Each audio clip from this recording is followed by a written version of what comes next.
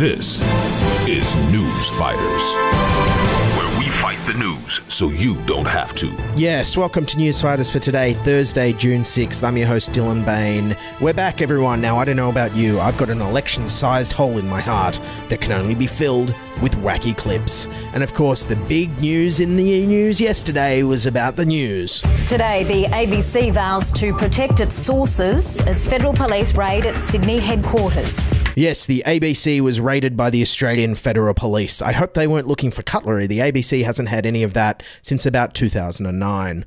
No, seriously though, it was all about a 2-year-old report by the ABC that outlined Australian troops in Afghanistan killing unarmed civilians. ABC News Director Gavin Morris stood firm. They do it in the public's interest, and journalism is not a crime.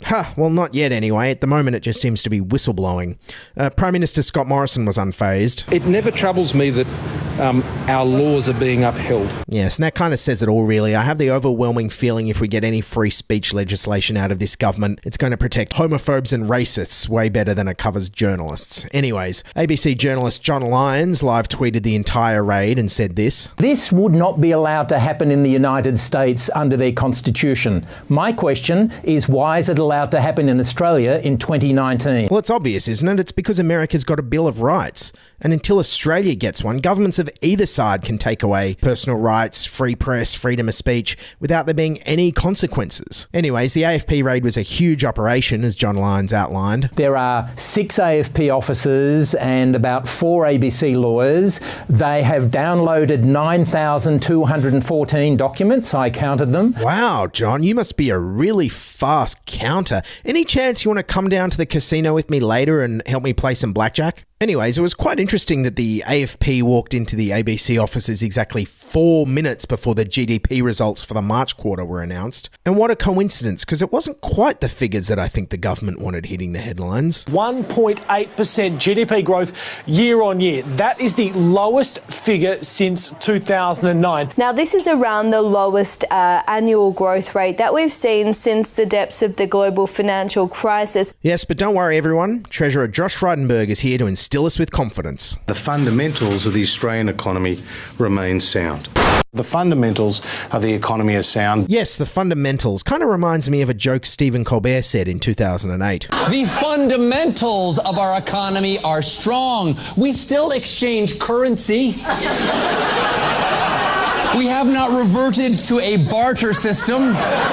Yes, and meanwhile, I've never heard anyone sound so delighted and happy about such gloomy economic news as the new Labor Shadow Treasurer Jim Chalmers. This is the weakest growth through the year since the global financial crisis a decade ago. Meanwhile, through all this dreadfulness, Scott Morrison is in London meeting the Queen, and he brought gifts. Scott Morrison gave Her Horse-Loving Majesty a book about our own Queen, Winx. Yes, and if you're wondering why Scott Morrison finds Winx and the British royal family so similar, he said this about Winx back in April. They've gone out there, they've had a crack, and they've conquered the world. Yes, quite literally in the royal family's case. But anyways, back to Labor, and of course the only political news that's been tiding us over since the election has been the race for the Labor leadership.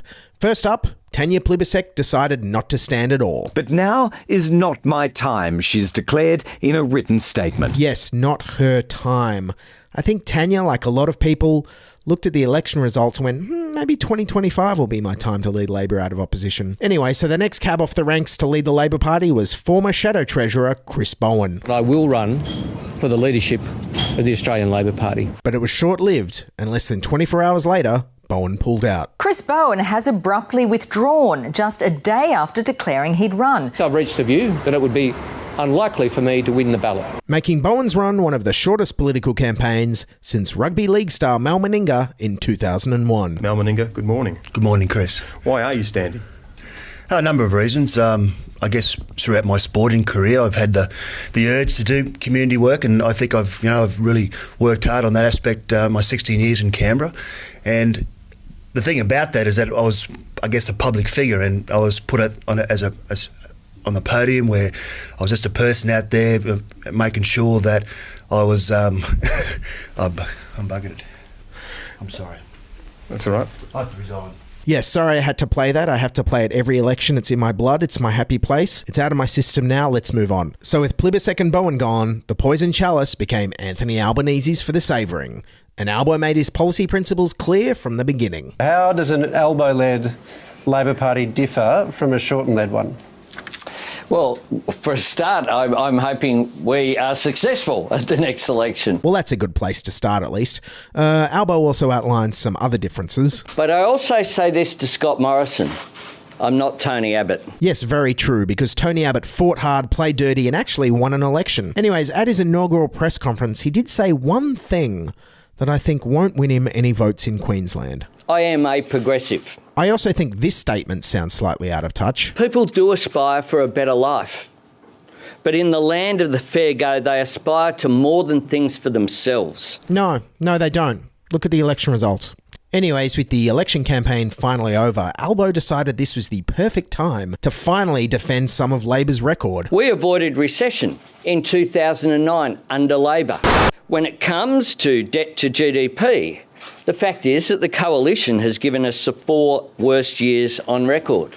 The key to growing the economy is investing in infrastructure and investing in people through education and skills. Yes, where was this during the election campaign? All I remember coming from Labor was this. Now, it's not illegal, it's not immoral, it's the law. Now, it's not illegal, it's not immoral. It's not illegal, it's not immoral. Like, it's not illegal, but it's a gift. Yeah, a 3-year gift to the coalition, it seems. But anyways, now on to Albo himself. Now, if you're asking who is Anthony Albanese, it turns out he's just like every other painfully pretentious Gen Xer in Sydney's inner west. He claims he saw Nirvana before you. Coming up as Nirvana, who I got to see what was then this obscure band, but there was a real buzz about them, at the first ever big day out. Yes, and speaking of bragging, he quoted British folk singer Billy Bragg at his inaugural press conference. But as Billy Bragg said, not everything that counts can be counted. Hey Albo, while you're quoting Billy Bragg, maybe this lyric sums up the polls. No one knows nothing anymore.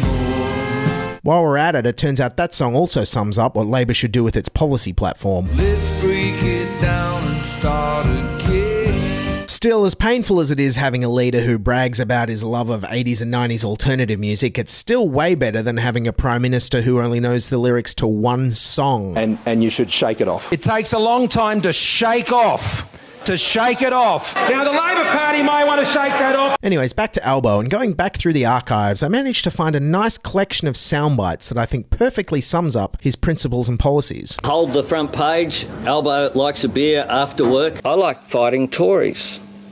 That's what I do. Well, I think that's one of my big achievements in politics. Getting Penny Wong to sing. Melbourne's better than Sydney. I'm pretty hopeless, to be frank. In terms of his personal life, Albanese is recently separated, and it sounds like he might be on the prowl. Given I haven't slept in the same bed any 2 nights in a row for the last few weeks, but... Turn the cameras off. No, cameras off. And be by myself every single fucking one of them. He doesn't hold back attacking right-wingers, like when he said this about Milo Yiannopoulos. The bloke's a tool. Or when he was fresh to Parliament in 1998, laying in hard into Prime Minister John Howard. In John Howard, here also is a man small in every sense. This is a smallness of mind, a meanness with breathtaking scope. Here's a man who lived at home till he was 32. Well, you can imagine what he was like. Here were young Australians demonstrating against the Vietnam War, listening to the Doors, driving their tie-dyed combi vans. And what was John Howard doing? He was at home with Mum, wearing his shorts and long white socks, listening to Pat Boone albums and waiting for the Saturday night church dance. But amazingly, if there was one thing Albo hated most about Prime Minister John Howard, it was how he snubbed the Spice Girls. But remember when the Spice Girls came to Australia at the beginning of the year? He couldn't resist telling the youth of Australia that he thought they were infantile and stupid and therefore to be inappropriate to meet these people. Yeah, John Howard, taking is too easy, but that's the way it is. Anyways, so stepping up to be Labor leader after Bill Shorten's 5.5 years at the top is a big job for Anthony Albanese. But we can see he's already trying to match Shorten's eloquence and way with words. Yeah, they've really struggled. They have really struggled. I mean, this is, you know, like going down to the local cafeteria there and often you get, the first term was, the day one chicken, it's fresh, and the Abbott team was fresh and they were up for the job. The second day it's a little bit staler, as happens, still sitting there being offered maybe at a cheaper price. This is term 3, like day 3 of the chicken in the cafeteria, but they've had to turn it into a casserole and pretend that it's new.